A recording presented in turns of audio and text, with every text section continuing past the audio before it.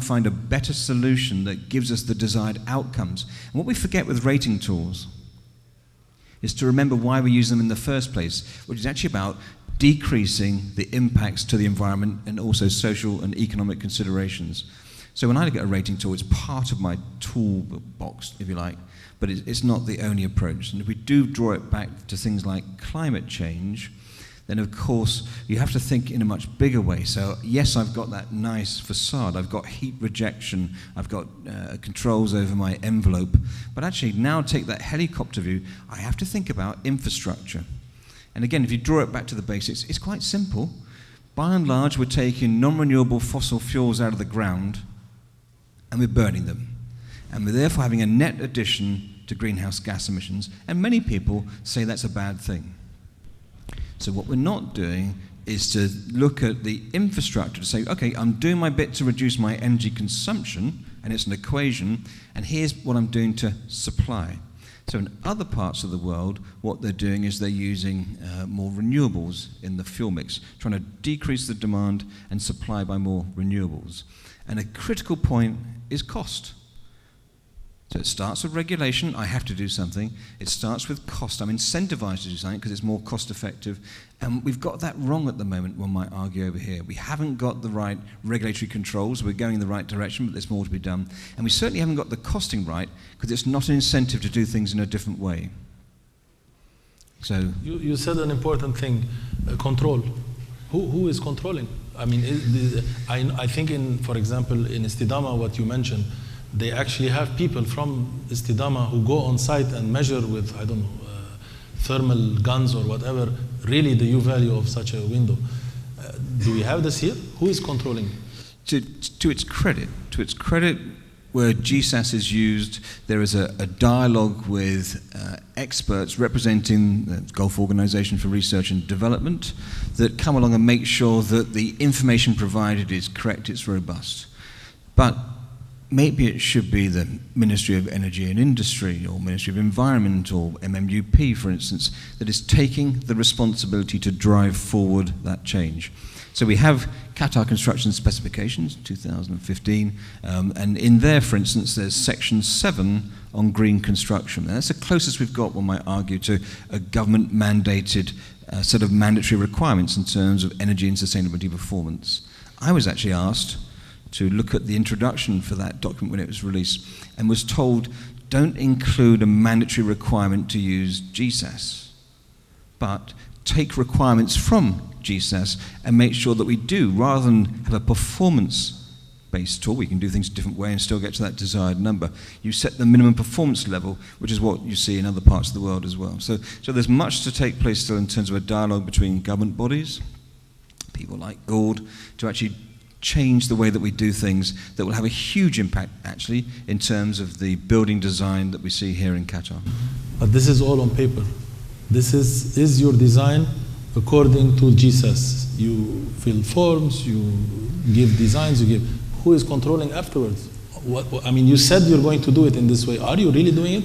Is somebody, is the sustainability expert, is the, I don't know, the facade consultant, or is it from the authority side? Is somebody coming to site and really seeing, hey, wait a minute, you designed it like this, but you're doing something else. It's not matching.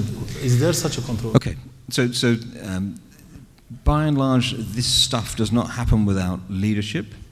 And in terms of who's the, if like the mechanic in the process to make it happen, there are a number of sustainability consultants out there that people can use. What we have to remember, though, is that by and large, people like myself, as a sustainability consultant, we are sustainability management experts. We manage the process of data compilation, analysis, interpretation, how to present the data. We're also jacks of all trades in all the other fields that are completely, are totally relevant to help us make the better decision. And they are the sustainable technology experts. So it's the marriage between management and technology. So who is my MEP expert? Who is my materials expert? So that's that integrated design process that brings together the different experts to allow us to make the better decision. The developer, the client, the government agent, wants to make sure that they've got the most sustainable design. And they're taking it on good faith that the people they've employed to do that are actually delivering against that outcome. And how do we do that at the moment? Some people are using GSAS as a sort of surrogate for a rubber stamp on a building. Others are beginning to understand, well, actually, I need to understand where my materials have come from.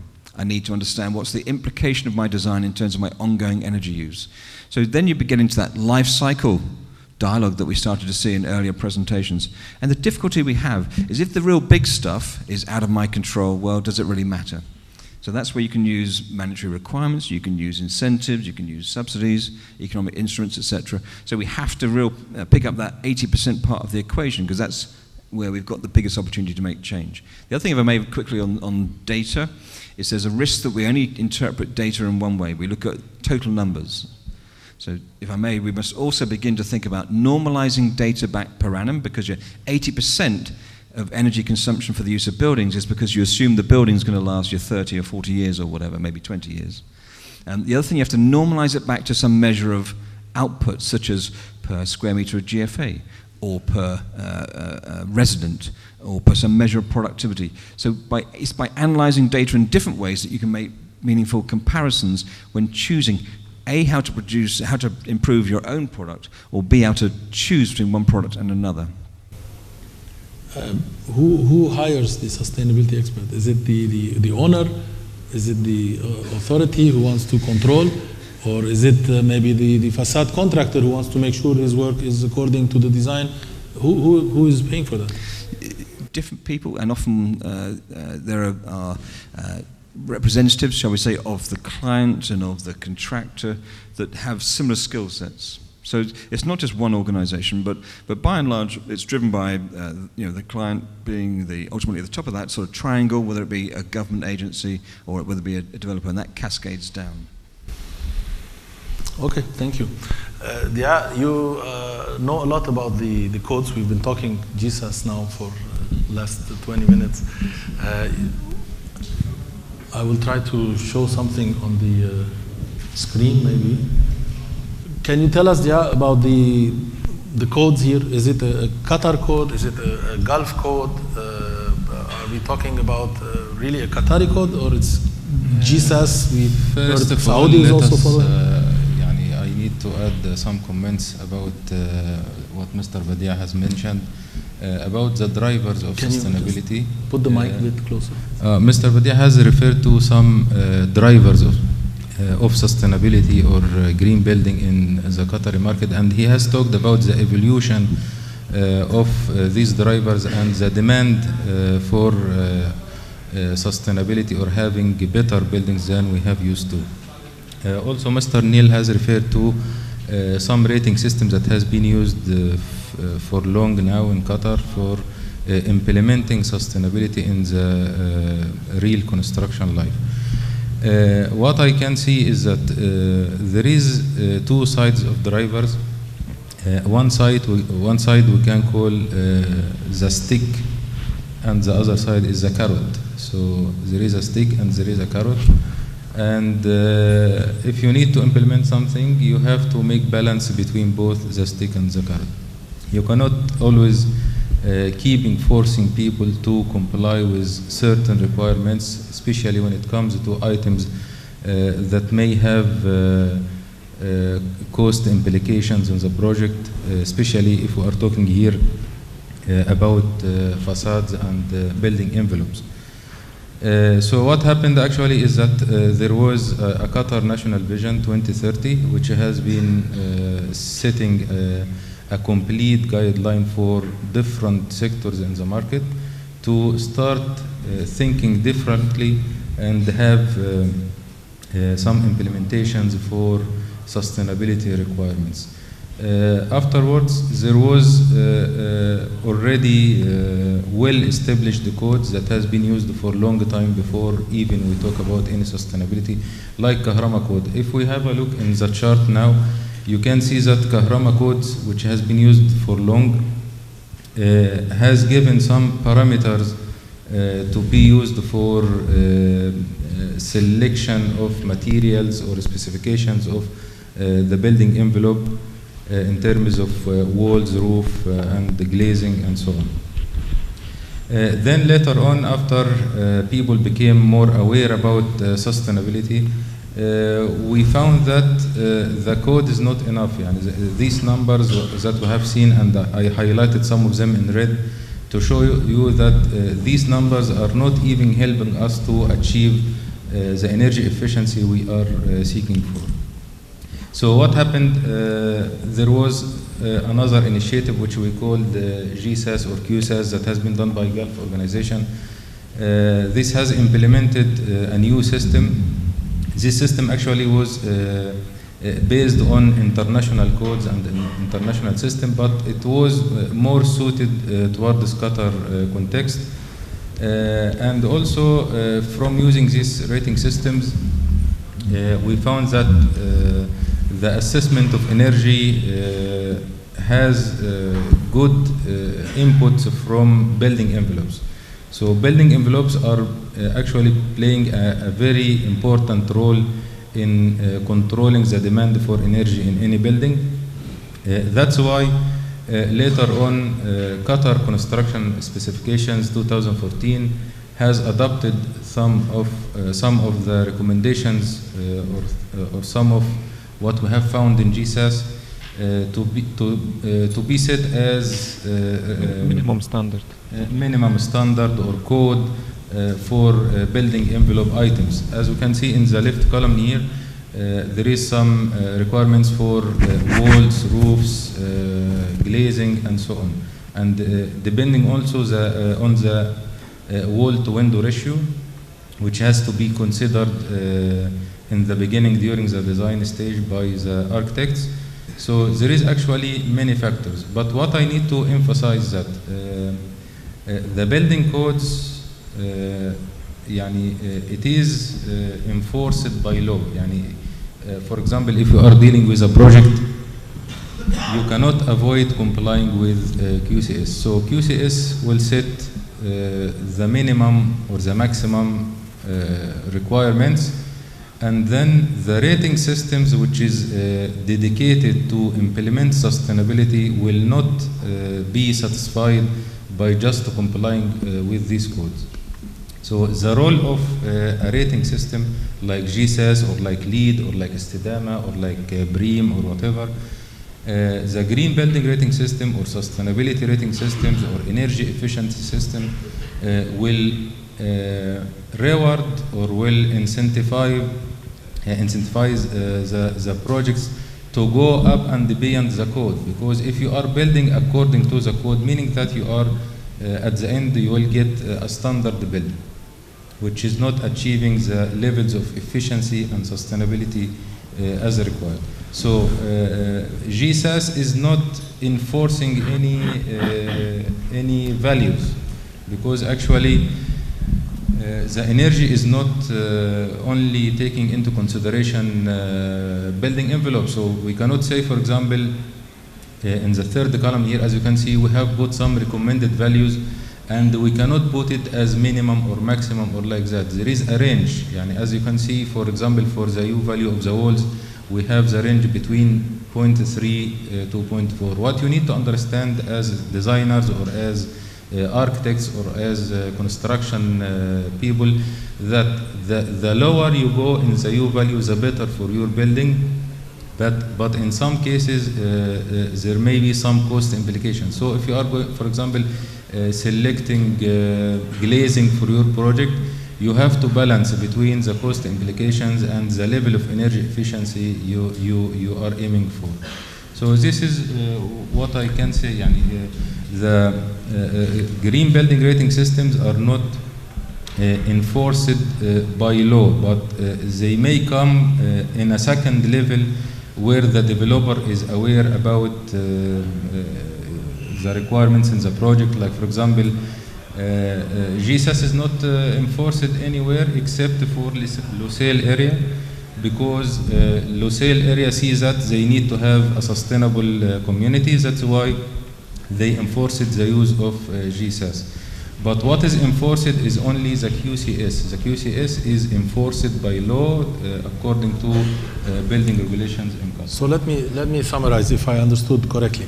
Kahrama was the old system which is not used anymore. Kahrama originally put some recommended values. It is but the values are less than the QCS, which is mandatory now. It is it is higher. It is higher, meaning that the efficiency is not good. Yes. The higher the values you are allowed to use more, you have more margin. They allow, but in case you are, this is, as I told you, this Kahrama was initiated before the QCS 2014. Okay. So the code is becoming more stringent. So my minimum is that I have to follow QCS 2014. You have to follow the QCS 2014. And if I want certification by GSAS, it's certification, not obligatory. Yes, it's a different issue, but you cannot tell in the certification if you are doing LEED or GSAS, you cannot tell you have to use this kind of U value for your building envelope, because the energy is not assessed only by the envelope.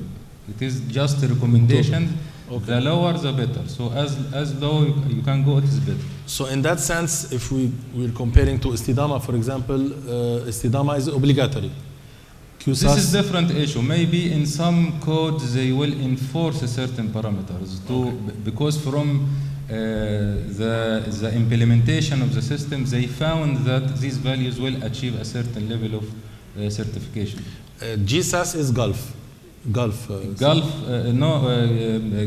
Sustainability Assessment System. Global Sustainability Assessment System. Originally it was QSAS, Qatar Sustainability Assessment System, but now the updated version 2. So why don't we have one for the whole region? Why, I understood from Neil, Saudi is using GSAS.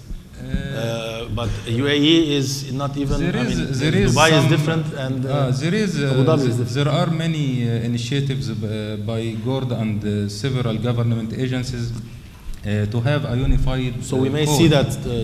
We may see it in the future. Hopefully it will come in the future. Okay, Usama, you've been very patient and listening to us. I think all of these guys we talked to now put the design, put the systems, put the thing, but at the end somebody has to execute that. So yes, exactly. You're our guy. Yes, exactly. What do you see? Has you've been in Qatar now quite some years. Did you see a big difference? What we were asking at the beginning with Badia. Did you see really a transformation that what you used to be able to execute, let's say 10 years ago, today is impossible? You have to do it in a completely different, sustainable way.